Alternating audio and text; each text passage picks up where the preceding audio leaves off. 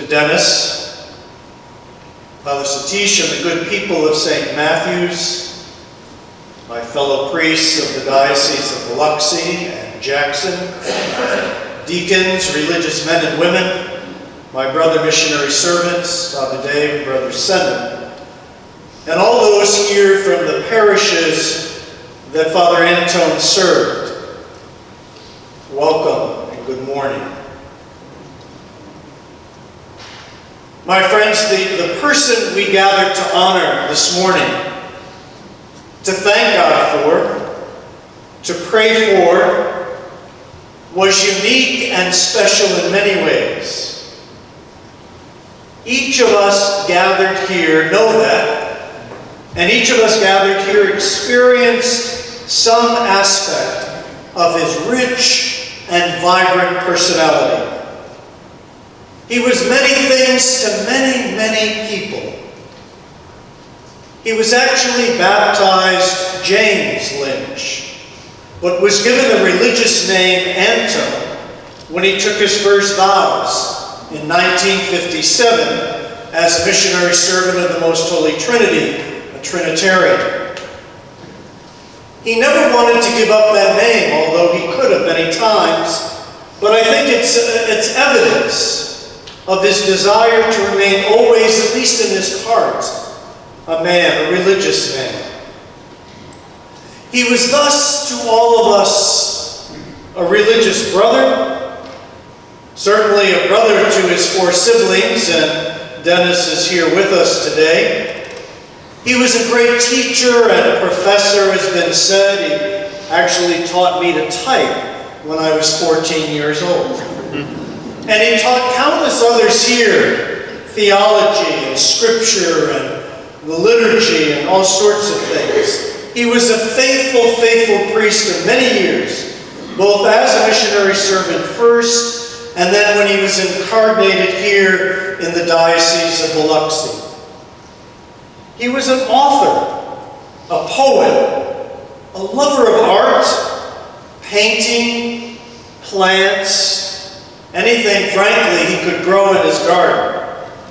He loved music, and he took during his life lessons in several things: the piano, more recently the cello, the pan flute, and there's stories about all of those. He had a great sense of humor, and he actually could be, even though he's serious at times, he could be quite playful, even using various names for himself, depending on the venue he was in. You may not know this. His Irish name, besides James Lynch, was Seamus. When he was at the beach, he was Mackenzie.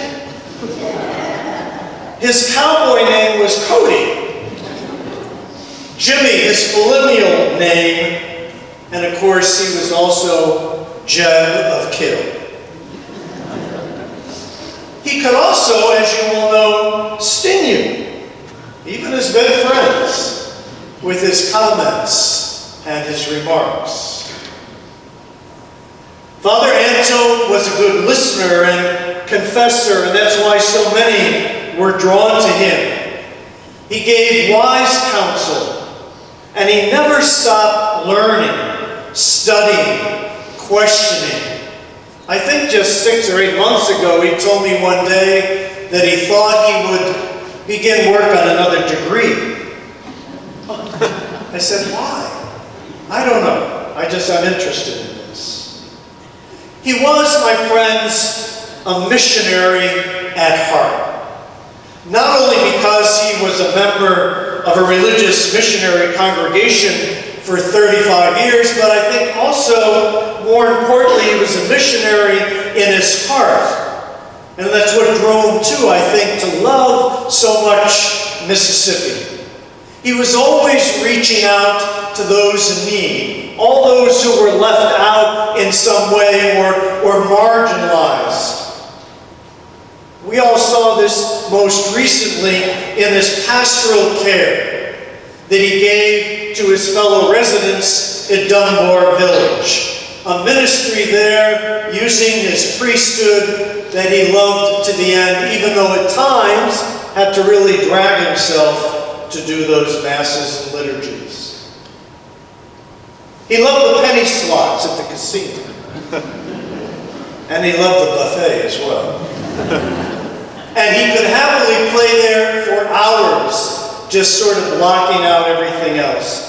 He was, my friends, in my mind, and I suspect in yours, an amazing creation of God. A great intellect, flawed in some ways like us all, but fully human, fully alive, complex, and yet simple.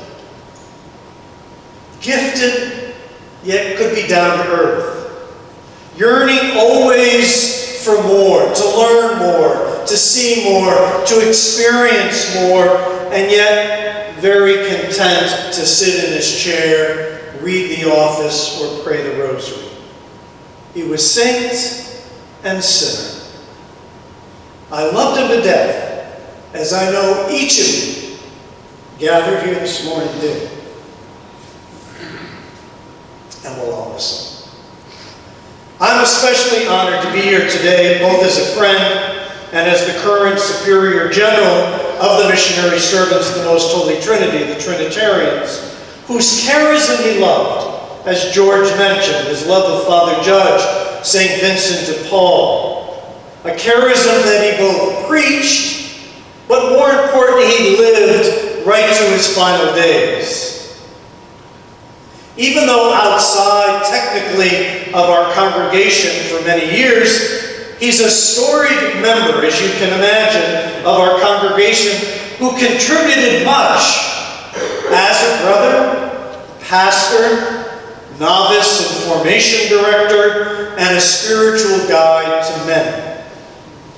Again, I'm sad to have lost a friend, a great mentor, an elder, but so happy for him that this journey here is complete and he is at rest. Now, knowing Father Antone, as we all did, it should be no surprise to any of us here that every detail of this funeral has been planned for years. The songs, the scriptures, the vestments, the participants, the location, the funeral director, and on and on and on. At one point, when he asked me if I would preach the homily, I asked him if he was going to write it and simply have me read it. And he just smiled at me and looked at me and he said, "Could I?" And I think there is a draft somewhere that he wrote. But my friends, this planning, so typical of him, also, I think, gives us an insight into what was truly important to him, what was of great value to him. That was his faith. It was his life as a priest, his life as a liturgist, his life in trying to make both the Word of God, as Father George mentioned, and the liturgy speak to people and draw them closer to God. And so each scripture reading today, chosen by him, touch, I believe, on some of the core beliefs that we hold as Christians and that Antone held about life, faith, our relationship to one another, and our relationship to God. He believed them. He taught them to many of us here with great zeal. He struggled with them at times himself, especially in this last year or so. But in the end, faithfully he clung to them dearly and witnessed them for all of us in a multitude of ways. In the first Old Testament reading from Isaiah, we're reminded that God will destroy death forever and wipe away all tears. Father Antone, a proud and an independent man, struggled, like we all do, with his diminishment, with having to drag the oxygen around and to move to Dunbar Village, really to become dependent on others. And he shed his share of tears at times, yet despite that, never gave us or gave up hope or trust, always looking even in that pain to see where God was in that moment and where God might be leading him more fully to follow him in his footsteps.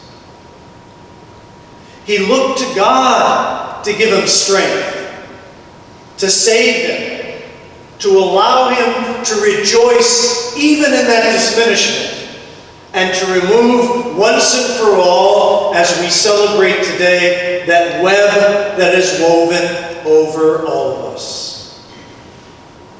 Antone believed, we're reminded in that second reading from St. Paul, that if God is for us, well, then who can be against us? Then nothing can separate us from the love of God. Not sickness, not loneliness, not even death. It's important for us, my friends, to believe today, even as we mourn the loss of this dear friend, that it is the love of Christ that we cling to today in our grief, knowing that God's love for Antone and our love for him and God join all of us together and bind us as one for all eternity. Finally, John's Gospel and Jesus' words to his disciples and to each of us this morning, that we should not ever let our hearts be troubled, that those should give us comfort as we give Antone comfort today and return him to God. Give us comfort just in the same way those words chosen by him gave comfort to Antone. We do believe, our faith teaches us, he taught us, that God has prepared a place for us, for Antone, and all those we love and cherish, and that God will take him, has taken him to himself. These were not empty words for Antone in any way, nor should they be for us this morning. That even in his darkest days, this belief is what grounded him, gave him hope, sustained him, and drew him out of the abyss to be able to rejoice. There are several good and faithful friends that Antone was so grateful for through his life, especially these last days, these last years. Men and women who reminded him, in their love for him, how precious he was to so many and to God as his beloved creation. Certainly his family, especially his brother Dennis and his brother John, who lives in Spokane, Washington, and who could not be here today. Mary and Gerald Jackson, Letitia Ladner, Jim and Larry, Father George, Father Ken, Father Satish, Gary Cuevas, all the good people of Notre Dame Hospice and Dunbar Village. On behalf of us all, we thank you for your love and your care. My friends, you'll hear a song played this morning after communion that Antone loved from the moment he heard it while serving with me in Camden, Mississippi at Sacred Heart Catholic Church. It may seem when you hear it a bit out of character for Antone. Yet again, I think it reminds us of the complexity and the depth and the richness of this man and his character. It's a gospel hymn called Well Done, and he'd often sing it and ask me to put it on the car when we were driving together, and he would love to sing the refrain. I just want to make it to heaven is the refrain. I just want to hear the words of God say to me, well done, come on in.